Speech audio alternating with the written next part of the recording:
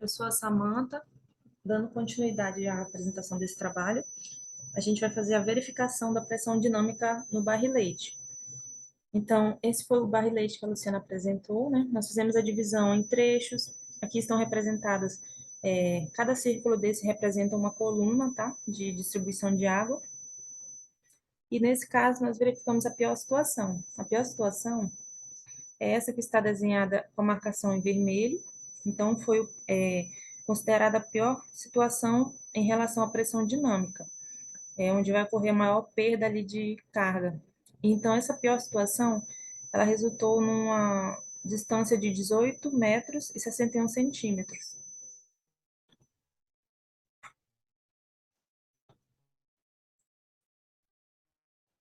Aqui eu trouxe alguns dados desse dimensionamento. Nós fizemos a distribuição das colunas, foram 16 colunas ao todo. Isso representado em um pavimento, tá? Porque são 16 apartamentos no total. Lembrando que são 4 pavimentos.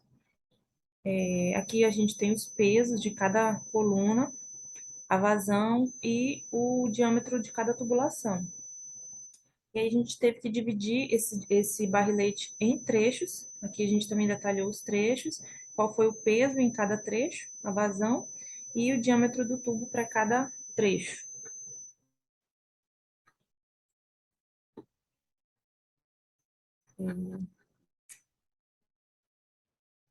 Aqui mais alguns dados, a gente deu uma resumida em relação aos dados do diâmetro de pressão do barrilete. A gente pulou para o análise final, que foi a análise do trecho 20 ao 21, que fica aqui embaixo, esse último trecho. No último trecho, aqui a gente tem o peso de 2,8, a vazão 0,50, e o ábaco deu que o diâmetro da tubulação tem que ser de 50. Aí aqui a gente tem a perda de carga, a velocidade da água, e a pressão no último ponto, que é o ponto 21, aqui está os dados, a pressão no ponto 20, né, anterior, a perda de carga nesse último trecho, nesse aqui, e a pressão no ponto 21 foi de 2,9163. Significa o quê? Que no último ponto ele obteve uma pressão muito boa, porque se desse um valor negativo, significava que não atenderia, ia faltar pressão suficiente para chegar até o ponto mais crítico.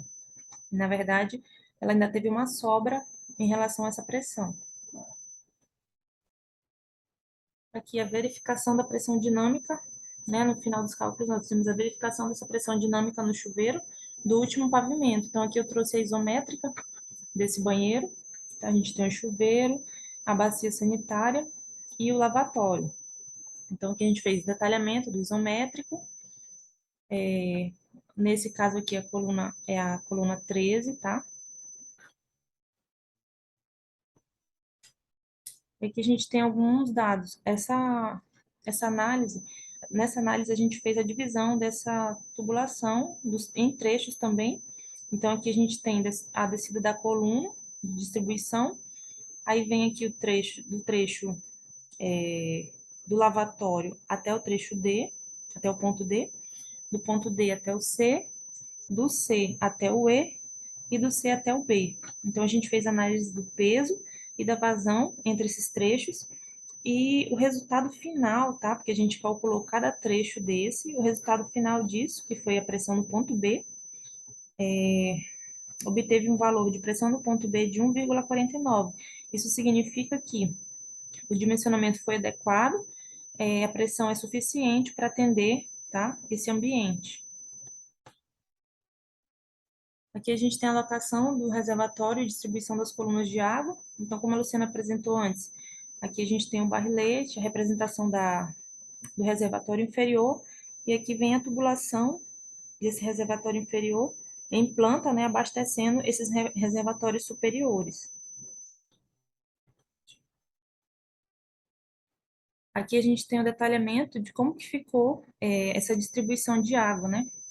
A cisterna, a gente colocou todo o detalhamento aqui dessa tubulação subindo, o diâmetro desses tubos, tá, de recalque.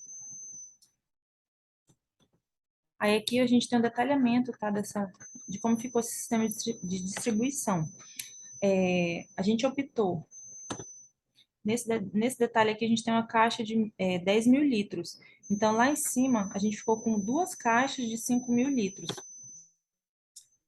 Aí aqui eu fiz o detalhamento da saída de combate a incêndio, tá? Detalhado.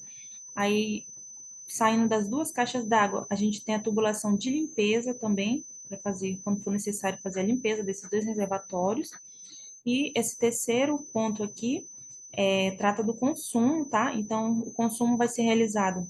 As caixas d'água, apesar de elas estarem integradas, mas o consumo, a ideia é que o consumo seja da seguinte forma: uma caixa d'água vai abastecer 2 blocos de apartamentos e a outra caixa d'água vai abastecer os outros 2 blocos de apartamentos, que ao total são 4 blocos. Aqui estão o diâmetro, tá, de cada tubulação, as conexões, como foi realizado. E foi isso. Muito obrigada.